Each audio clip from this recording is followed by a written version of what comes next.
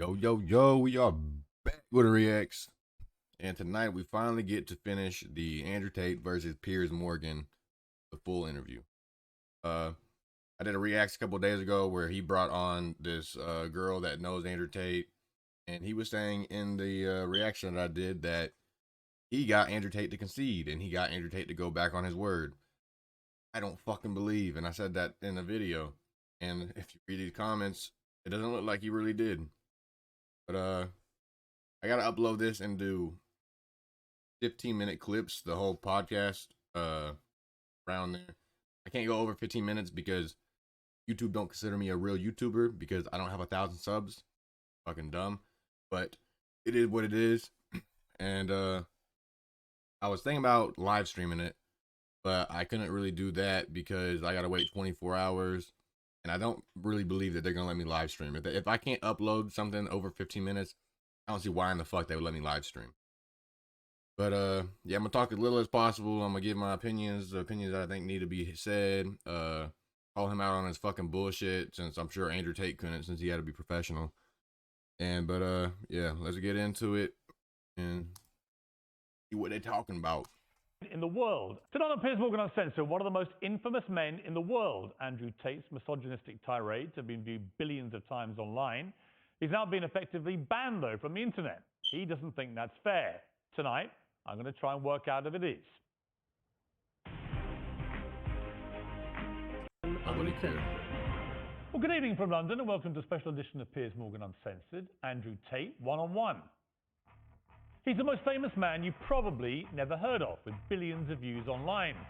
At one point this year, more people were searching Google for Andrew Tate than Donald Trump or Kim Kardashian.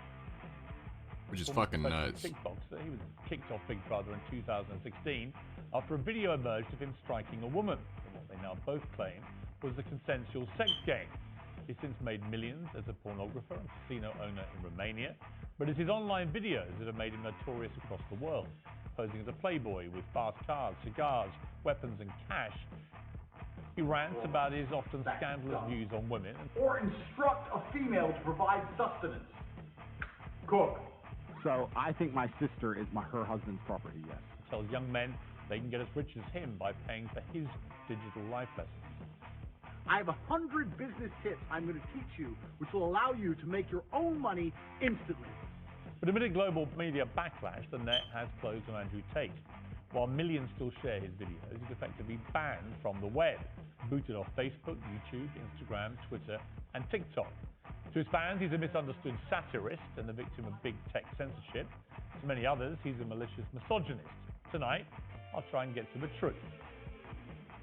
He look yoked right there. Well, some of the opinions Andrew Tate shares in his videos are undeniably deeply offensive. We're going to show you some of them on this show.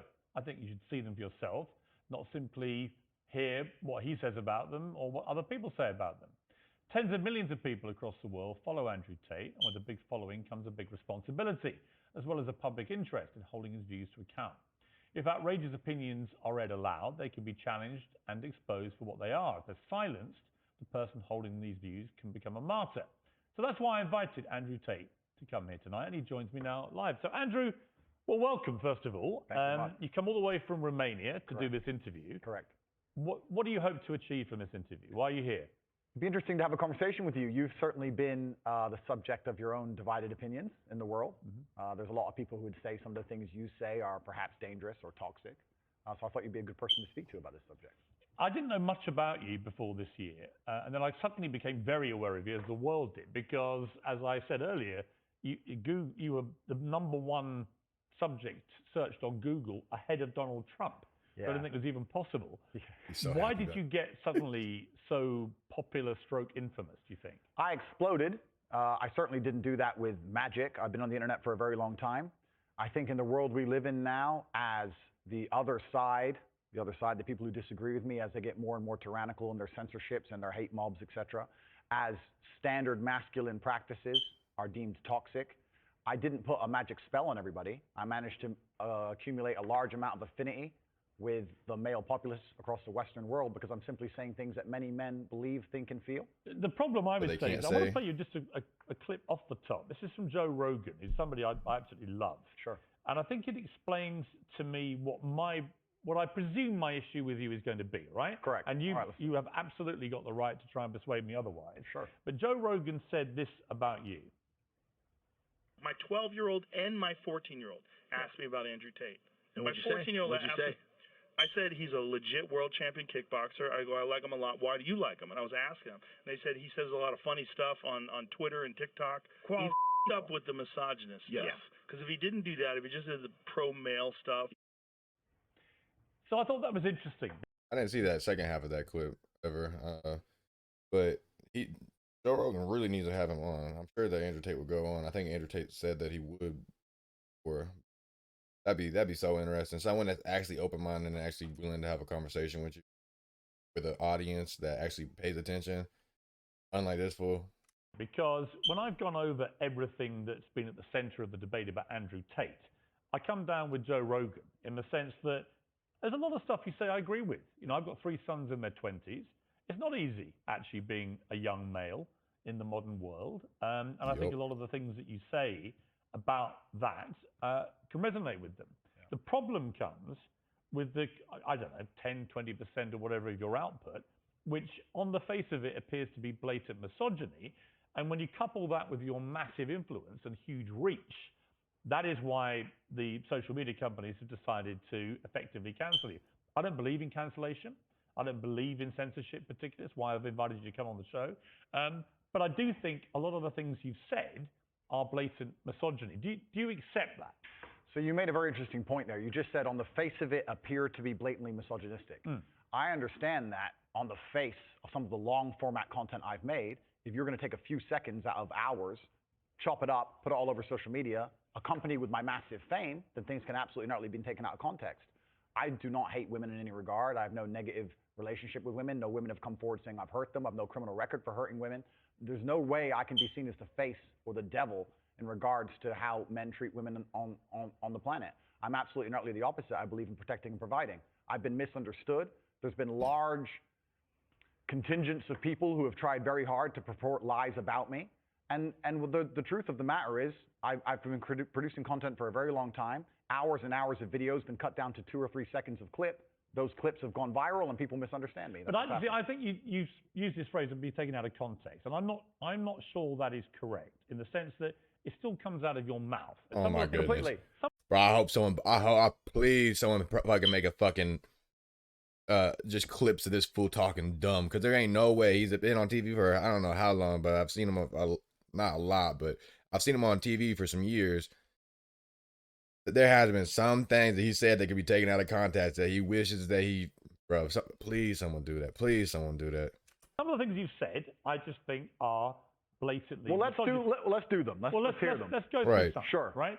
So you said this about Me Too stroke rape. This is probably 40% of the reason I moved to Romania. In Eastern Europe, none of this garbage flies. You go to the police and say, he raped me back in 1988. They'll say, well, you should have done something about it back then. Yeah, so the point I was making was obviously at the height of the Me Too scandal, and also if we look at Amber Heard and Johnny Depp, there's been a lot of high-profile cases where men have been accused of things they did not do without evidence, and their lives have been completely and utterly destroyed. Right. When I say these things, people sit and say that, oh, he hates women. I don't hate women. I think rape is disgusting. I would take a stronger stance on rape than the British government. I think these people should face the death penalty. But to sit and say that women without evidence can go forward and just make up accusations against men, even though they've been repeatedly proven to destroy men's lives at will, is absolutely and utterly. What about a woman? And there's no consequences for the women at all either. They could get famous from doing something like this and ruin someone else's career. It's crazy as fuck to me, man. Woman who was raped back in 1988 and goes to the police. Then the man should face absolute and complete justice. But do you understand that when that clip appears on TikTok as a clip, and all right, as a clip, completely. Okay, but it's still something that came out of your mouth. Do you Oh accept my that God. when that appears on TikTok, a lot of young, maybe not as smart as you, young men, right? Impressionable, teenagers, will read that and go, what's he saying here? Is he saying that rape doesn't exist? No, completely. I'm not going to sit here as a professional and say that I can't be taken out of context. What I will say is that one small sentence you've taken was from a 1-hour video where I explained that, of course, rape is disgusting. Of course, everybody should be punished for their crimes regardless of when they happen. But people are not perfect, male and female. And if you give women the opportunity to destroy men's lives without evidence, there's going to be a contingent of women who will do that. I'm trying to make a balanced and nuanced argument in a world where people have no attention span. They're going to take a few seconds, put it online, decide someone's good or bad, not be interested in the longer format video, and here I am. No, I'm certainly a person who takes personal responsibility. That's who I am as a person. But we live in a world now with TikTok videos 5 or 6 seconds long. There's no content. Do you think women are the property of men? No. The point I was making. Why have you said they are? Because I made a religious point. I said that when a man marries a woman, the woman's father walks her down the aisle, and hands her away to the man. Traditionally, this is what it says in the Bible. I'm a religious person. I believe in God. I live in the most religious country in the world. So you do think that the woman becomes the men's I think she takes his last name. I mean, let's watch the clip that you said about this so that we can get it in context. So I think my sister. It's like someone's gonna take this out of context, but it's like it's the same thing as a dog. If I buy a dog, that's my dog. I love the dog to death. I would fucking protect the dog, but it's my dog. I own that damn dog. If you get married to your man, you're both like owning each other, pretty much. You're definitely both like owning each other. You both have a fucking say. You both have each other by their fucking you got them on a fucking leash.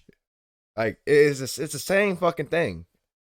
Is her husband's property? Yes. When a bride is walking down the aisle to marry the groom, and I know people are gonna talk about, oh, but you bought a dog. I didn't just get the girl. I had to earn that girl. I had to earn the money to buy the dog. I had to earn that girl by having good looks, good body, good money. I had to earn that girl. You don't just get gifted a fucking girl. When a bride is walking down the aisle to marry the groom, the father walks next to her and gives her away. True or false? Absolutely. But I've been married twice, as it turns out, and on both occasions, I didn't believe that the woman was being handed to me as chattel, as property. Perhaps the way the reason I'm asked that question repeatedly, and I'm asked in a loaded way. But would you rephrase what you said there? Now, that's an interesting point about phrasing. The way I would say things before I was famous, I have to take personal responsibility and accept that if I make a video that 500 people see and 1% of them misunderstand it, that's not a problem. If I make a video that 5 million people see and 1% of them understand it. So specifically on that point, I think my sister is her husband's property. She took his last name. She married him. She wanted to join his family. She has said it herself. Right. So she's still a sovereign individual. She's absolutely not a sovereign individual. Property means that the husband owns your sister. Listen, my friend, if we want to argue about this, you need to go back to the Bible, to the Quran. You need to argue with religious. No, I'm not talking about anything in the Bible or Quran. But that's what it says. No, I'm asking you what you think. I think that if a woman marries a man and she decides to take his last name, that they have different roles and responsibilities within that marriage, and I believe that. That's not the question. They own each other. I believe Bro, let him answer the damn question. Like, what the fuck? Look at his fucking smug ass face, saying he got him. Don't behave like a politician. The father hands her to the man. Right, but don't be a politician, because I think you're a straight talker, right? You keep telling me you're a straight talker. I think. Oh, I gotta end that there. The second part will be uploaded soon. And yeah, let's see what this fool's gotta say, because he really just tried to little boy him on his show, talking about. Let's talk. You said you're a straight talker. I'm trying to talk to you. You won't even let me fucking talk. What you mean? But yeah. Wait for part 2's coming real soon. Deuces.